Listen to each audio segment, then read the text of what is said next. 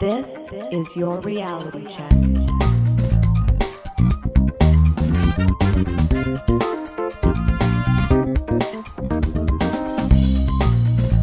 Hi everyone, and welcome to The Reality Check, the weekly Canadian show that explores a wide range of controversies and curiosities using science and critical thinking.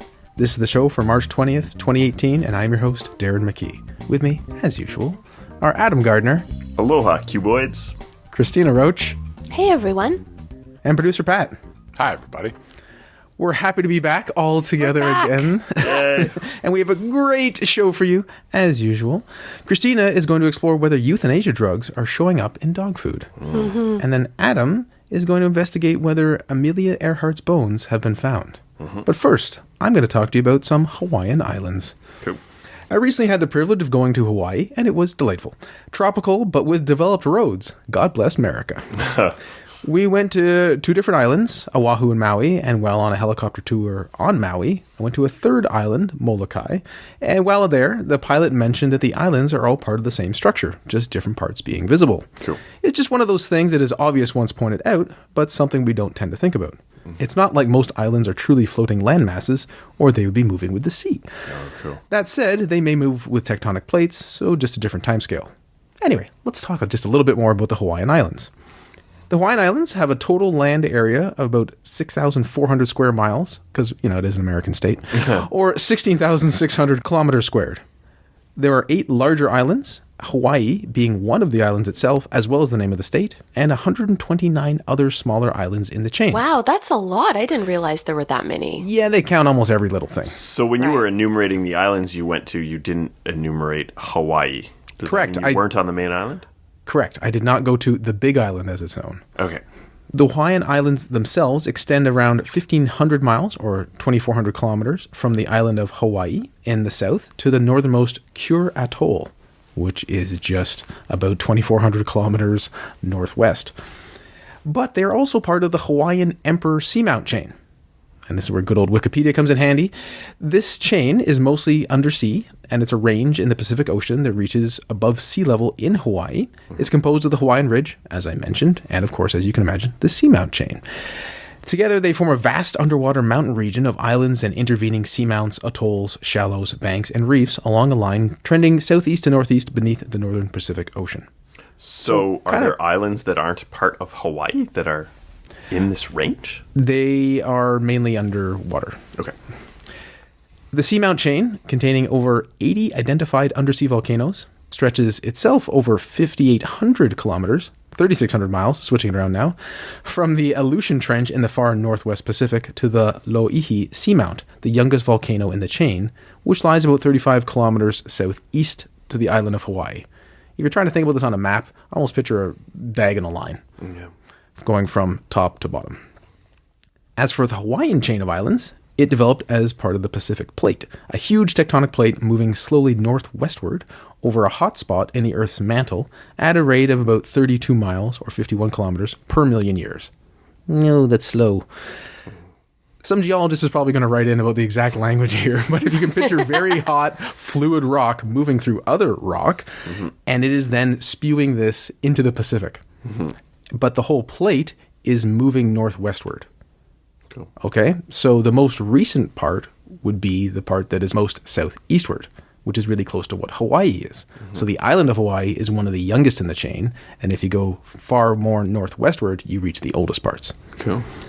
So the southeast island is volcanically active, while the islands on the northwest end of the archipelago are older and typically smaller due to longer exposure to erosion.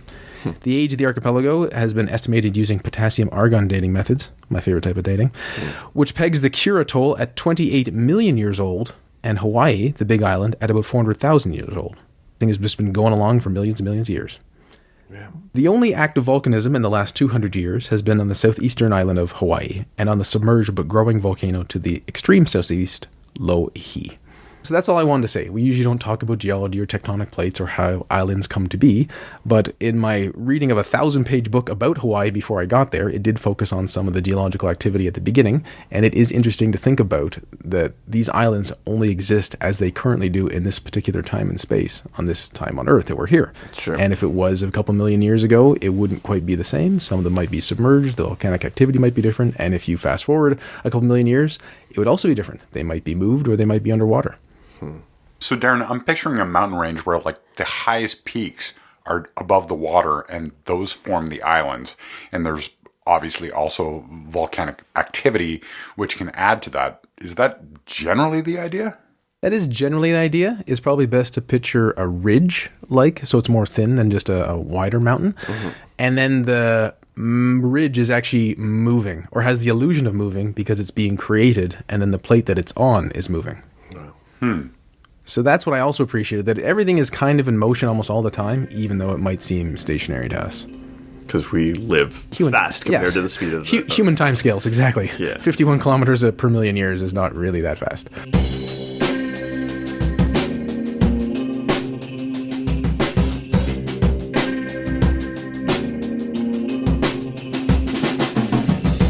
While in Hawaii, I saw a lot of cats around, some that even cohabitating with chickens, but no dogs.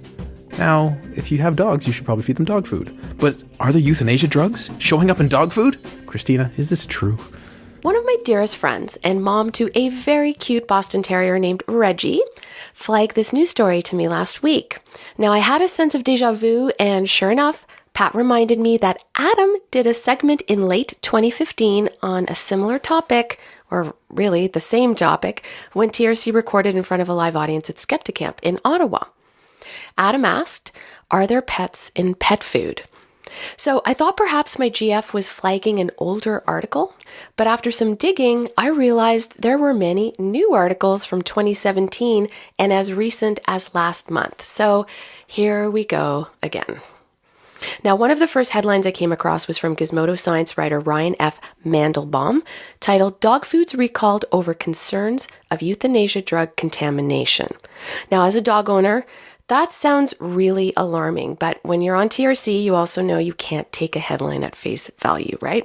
But a statement issued by the U.S. Food and Drug Administration last year did indeed advise pet owners not to feed their pets certain lots of Avengers or against the grains canned dog food after unopened cans from both brands were found to contain pentobarbital, aka a barbiturate used to euthanize animals.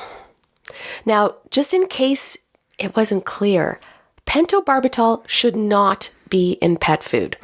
After the FDA detected it, they rendered the products adulterated, which means food that is generally impure, unsafe, or unwholesome. So adulterated ingredients are defined partly as an animal which has died otherwise than by slaughter. And that means its use is illegal in all food for humans and animals. Things I learned today. The FDA went on to say it was unable to determine if other Avengers or against the grain products contained any of the beef found in the recall products, but added that they did an inspection of manufacturing plants on February 14, 2017, and, quote, noted numerous significant concerns with conditions found at both the Wheeling, Illinois and Markham, Illinois plants. One of the links in the show notes details some of the quote-unquote highlights of their inspections, and it actually made my stomach churn. It was pretty disgusting reading it. After a few chit-chats with the FDA, Avengers did a voluntary recall of certain lots of dog food. During the inspections, the FDA tested a couple of cans of against-the-grain dog food manufactured in the same facilities, and those also tested positive for pentobarbital. So Against the Grain actually voluntarily issued their own recall.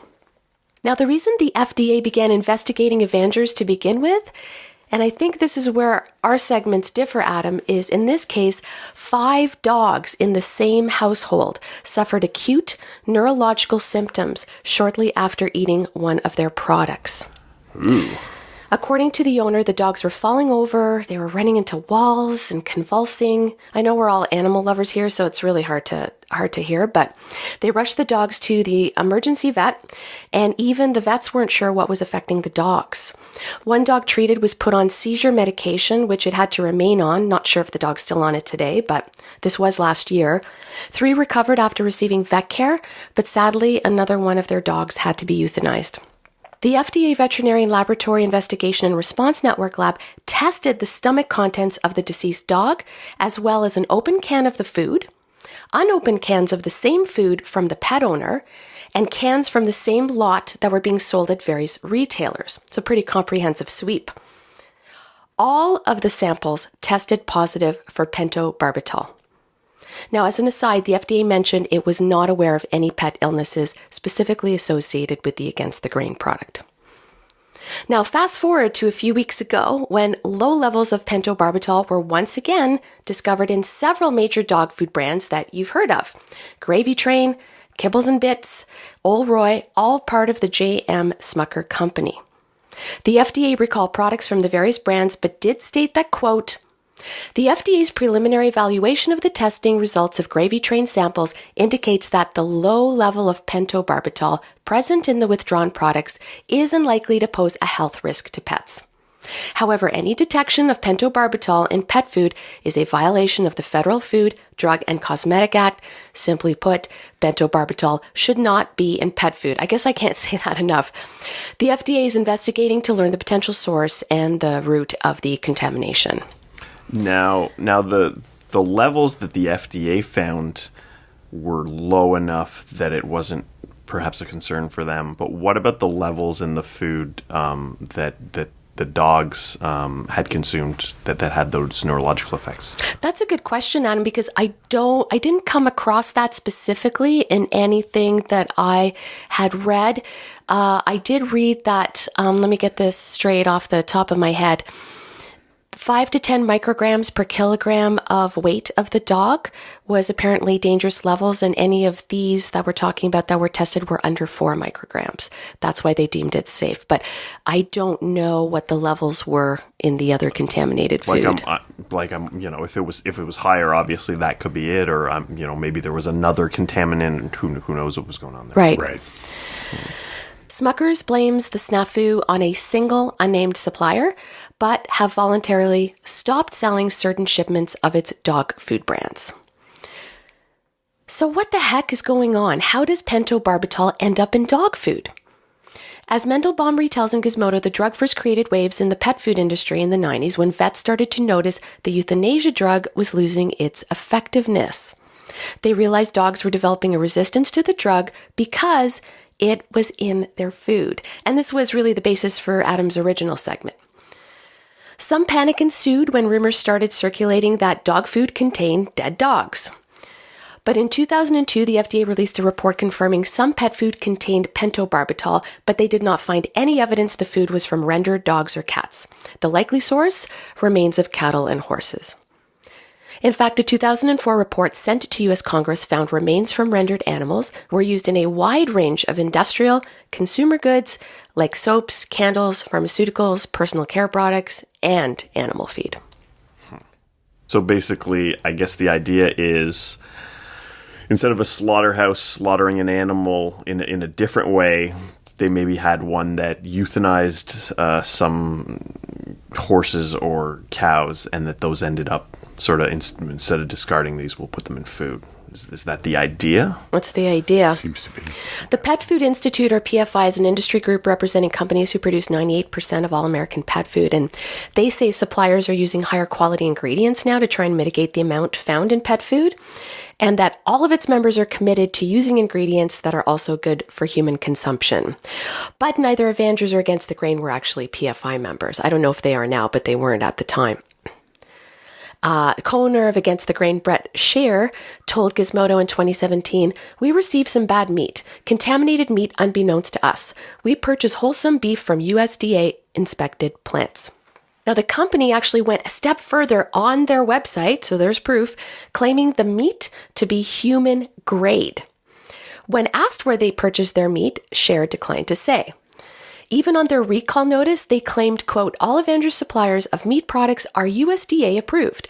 This beef supplier provides us with beef chunks from cows that are slaughtered in a USDA facility. We continue to investigate how this substance entered our raw material supply. But guess what? This is completely contrary to FDA's findings, or as we call it in the biz, a big fat lie. As per FDA's disclosure, the beef used did not come from a facility that was inspected by the USDA, let alone be okay for human consumption. The FDA actually reviewed a bill of lading from Evandrew's supplier, and that bill of lading read, inedible hand deboned beef for pet food use only, not fit for human consumption. Maybe by human grade, they just meant of human.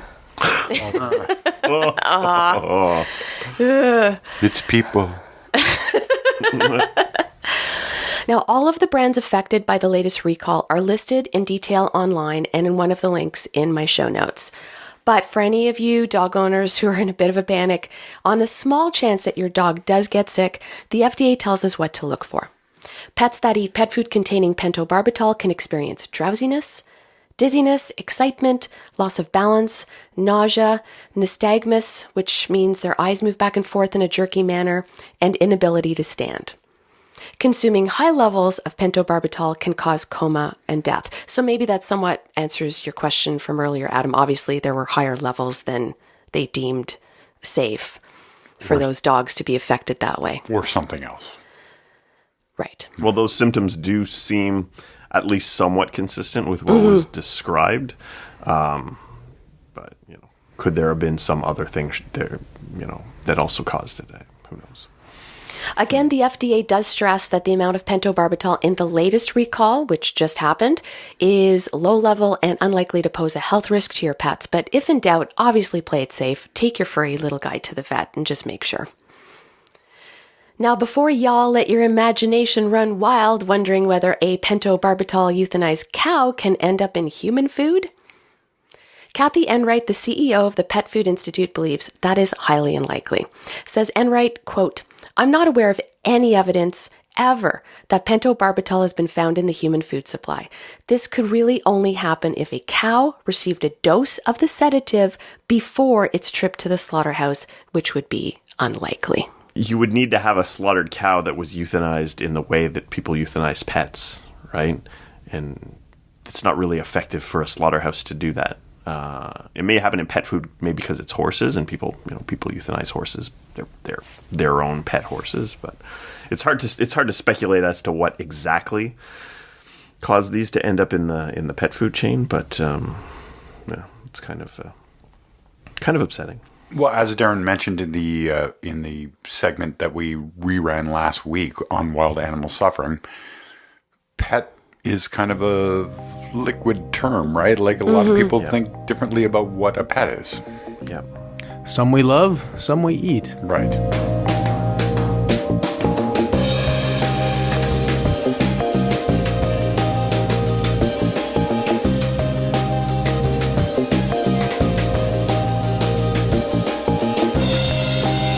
Certainly, as food, some dogs like to chew on bones, and Amelia Earhart has bones. Adam, did they find Amelia Earhart's bones? Amelia Earhart stories just don't seem to die. I've talked about her on the show twice before, and now that she's in the news again, it looks like I'm going to be talking about her once again. In both my previous coverages, I gave a fairly detailed explanation about her trip around the world, or her attempted trip around the world. If you're looking for details, you can check out episode 196, where I discussed a number of theories of where she ended up at the time, and specifically talked about a claim that she was on Gardner Island based on the fact that there was a jar found there that may have been freckle cream, but may have just been any kind of jar. Also, more recently, on episode 458, not that long ago, I discussed a photo that was claimed to be of Amelia Earhart, but that ended up being dated before her disappearance. So that was just junk.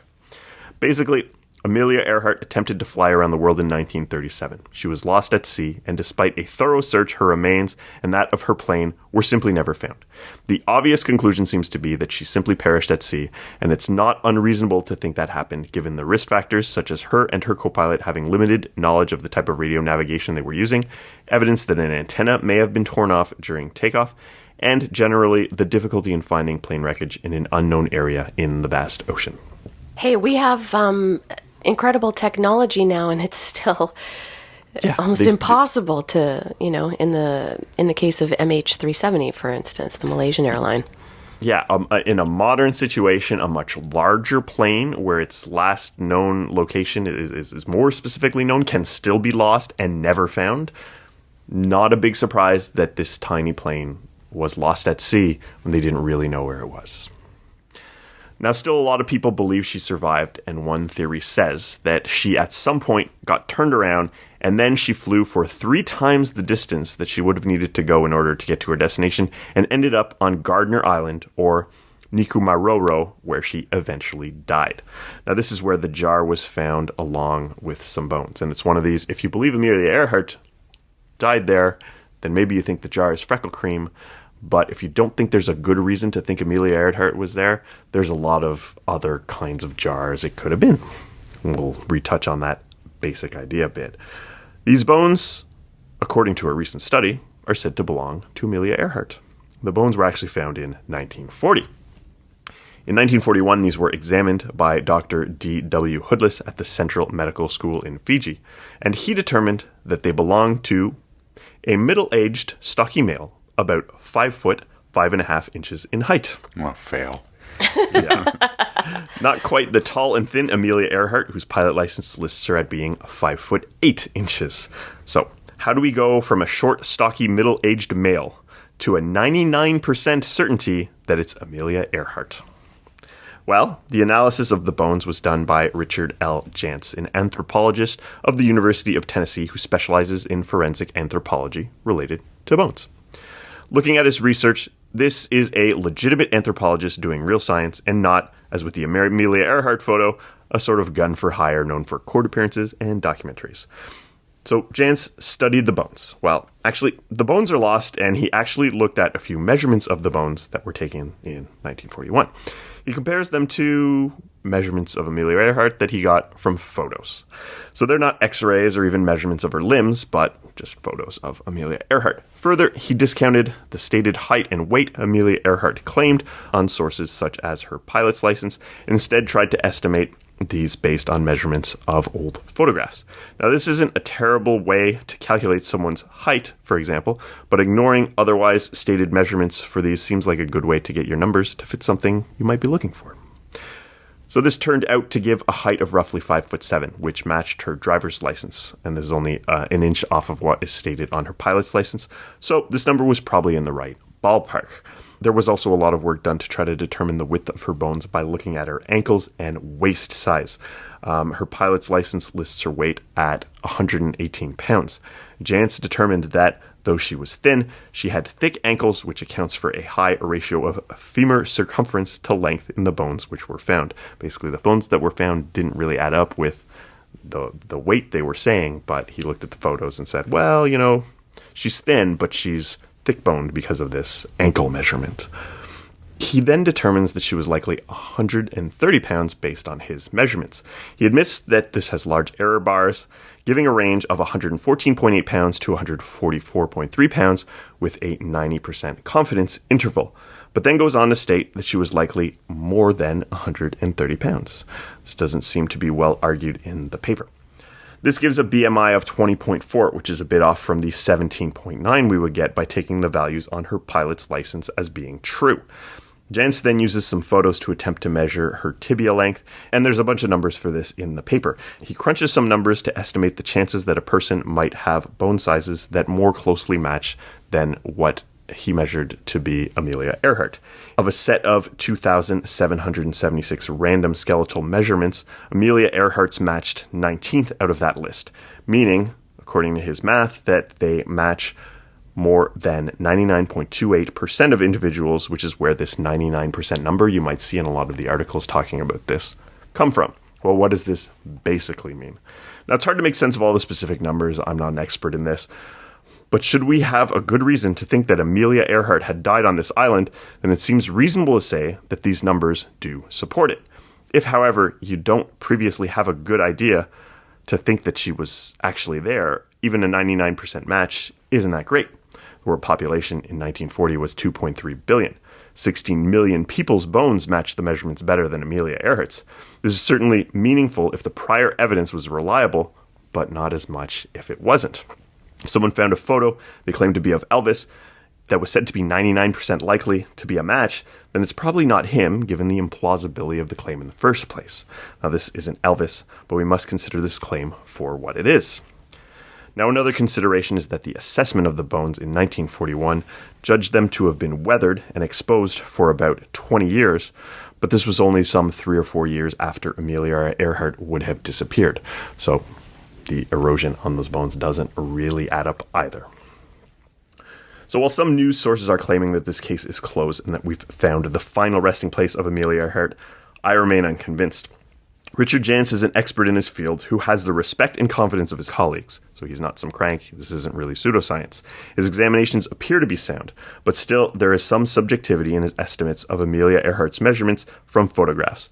The 99% number, which is thrown about, needs to be seen for what it is. It must not be considered in isolation, but rather factored in with the existing plausibility, or rather implausibility, of the claim that Amelia Earhart's plane ended up on Gardner or Nikumaroro Island, and based on everything we know about this story, there wasn't a very compelling case for this in the first place. There are obviously people that already thought that this was the case. They're probably not going to be convinced otherwise, and they're going to be convinced that this was the case. I'm not really convinced. I don't understand this fascination with this story that keeps coming up. Can we not let this poor woman just rest in peace? I mean, I guess it's just one of these anomalies that people think has an air of mystery to it. You know, it's just old enough. You start showing the black and white images, and it seems kind of creepy. And the fact that we never found the plane probably just helps with that. From a time long ago. Yeah, and the official story is kind of boring. You know, well, and then she tried and she just died. Yeah. Her plane went down in the ocean because she ran out of gas, and that's it. Oh, okay, but yeah, what a lunch bag just because letdown. she was out in the ocean, and there's a lot more ocean than there is land. You know, you flew over it, Darren. You could see this. I think it's the case that larger than life figures can't seem to have normal ends. Yeah, right. If someone's very grandiose in our eyes, they have to have some sort of grandiose death versus something banal and more common. Yeah, it's unfortunate. True, even if they have a legit death that's documented, like you mentioned Elvis, there's still speculation that he's walking around and visiting restaurants and whatnot. And Amelia Earhart had a very impressive career. She was a pioneer. She's very inspiring, and that's great. And we don't need to let her death take away from that. Thanks, Adam, and thanks for joining us once again, listeners. I guess the only thing new on this show was the Hawaiian Islands. Even they are hundreds of thousands of years old. More seriously, if you are feeding your pet food, then just check the recalls to make sure what's in there should be what's in there. And Adam gave us another scintillating segment on Amelia Earhart and her bones, but what you read in the news is very unlikely to be correct. Until next time, think better to act better. Peace out, cuboids. Stay classy, not smart-assy. We'll talk to you next week, everyone.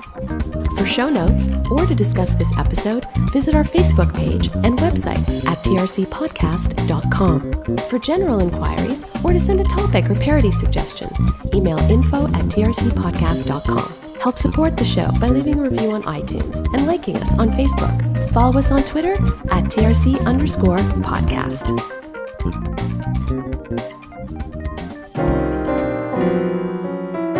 Outtakes.